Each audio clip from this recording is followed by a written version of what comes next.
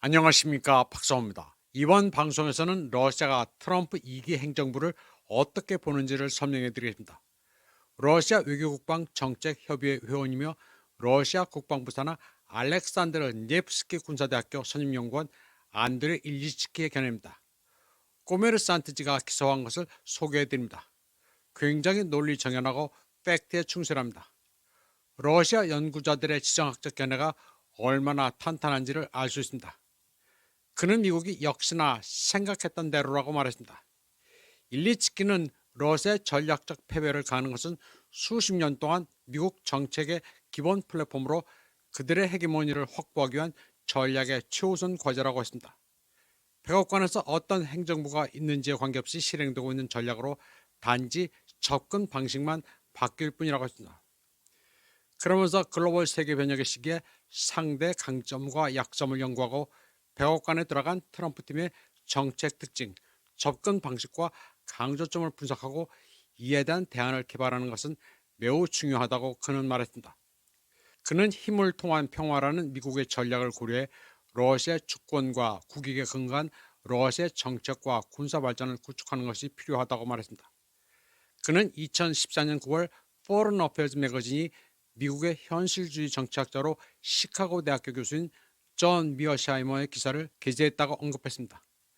우크라이나 위기는 서구의 잘못, 푸틴을 자극한 리버럴 환상이라는 제목의 글입니다.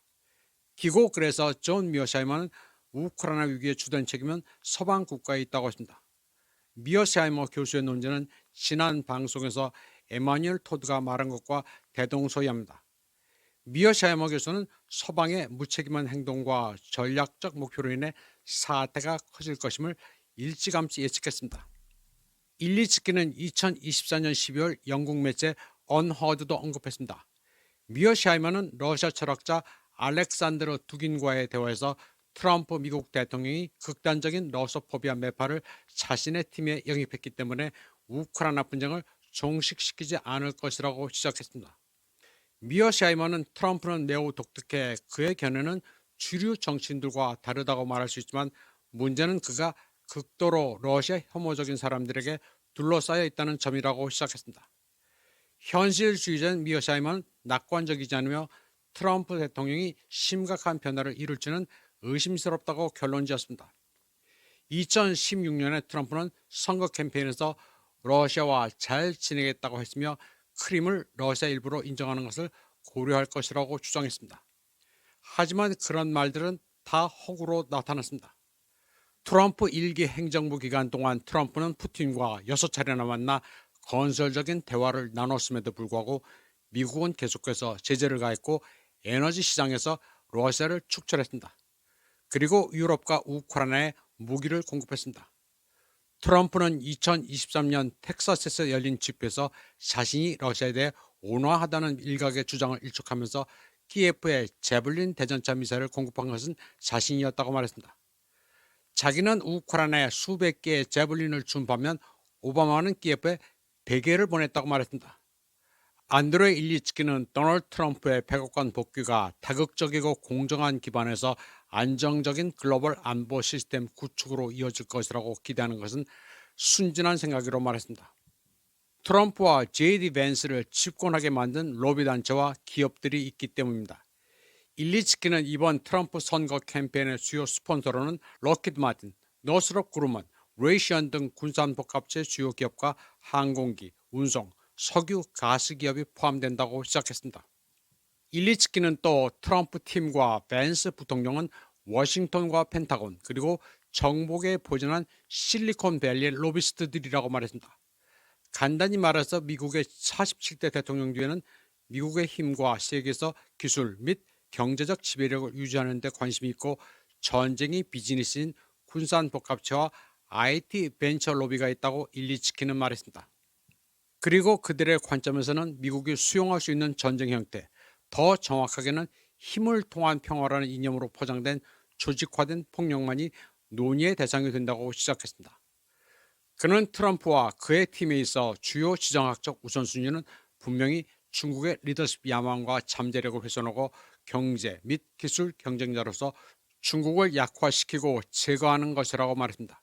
그리고 그 다음 수순은 미국의 이익을 위해 그랜드 바겐에 도달하는 것이라고 시작했습니다. 미 국방부 정치군사전략부 장관 직위에 임명된 엘브리지 콜비도 2024년 5월 미국이 주요 노력을 아시아, 특히 중국에 집중해야 한다고 언급했습니다. 콜비는 미국이 유럽과 러시아보다는 중국으로 우선순위로 옮겨야 한다고 썼습니다. 그는 미국의 가장 중요한 라이벌은 중국이라고 시작했습니다.